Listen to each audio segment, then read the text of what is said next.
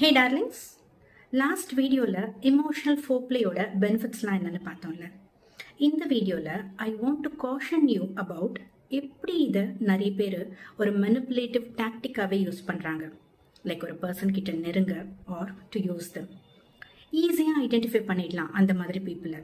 Like பேசி ஒரு 1 or 2 days கூட ஆயிருக்காது, அதுக்குள்ளே அவ்வளோ கேர் அண்ட் அக்கறை காட்டுவாங்க. லைக் சாப்பிட்டியா, ஏன் சாப்பிடல, ஒரே லவ் பாம்பிங் தான். ஓவராக ப்ரைஸ் பண்ணுவாங்க, காம்ப்ளிமெண்ட்ஸ் அள்ளி தெளிக்கிறது.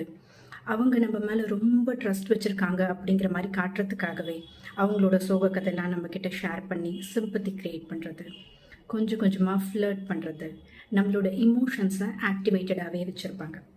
இதெல்லாம் எங்கே போய் முடியும் அப்படின்னா இன்டிமேட் டாக்ஸ், செக்ஸ்டிங் மாதிரி. Even though the signs might be very clear that their intentions are not pure, அந்த ரிசீவிங் எண்டில் இருக்கிற பர்சனுக்கு அதை புரிஞ்சிக்கவே முடியாது மோஸ்ட் ஆஃப் த டைம். அவங்க உண்மையாக தானே இருக்காங்க, அவங்க என்ன லவ் பண்ணுறாங்க போல் அப்படிங்கிற மாதிரி தான் அவங்க யோசிப்பாங்க. ஆக்சுவலி இருக்கலாம், நான் இல்லவே இல்லை அப்படின்னு சொல்ல வரல. ரேர் கேசஸ், அதுக்கு கொஞ்சம் டைம் கொடுத்து பார்த்தா தான் நமக்கு தெரியும். But most of the time இந்த மாதிரி ஒரு ஸ்ட்ரேஞ்சர் சடனாக வந்து too much of care and concern காட்டுற அந்த சோ கால் லவ் லாங் லாஸ்டிங்காக இருக்கிறதில்ல. ஸோ எப்படி ஐடென்டிஃபை பண்ணலாம் ஒருத்தங்க ஜெனுவினாக இருக்காங்களா இல்லை மெனிப்புலேட்டிவா? How to safeguard ourselves from not following into someone else's trap and cheap tricks அப்படின்னு அடுத்த வீடியோவில் பார்க்கலாமா?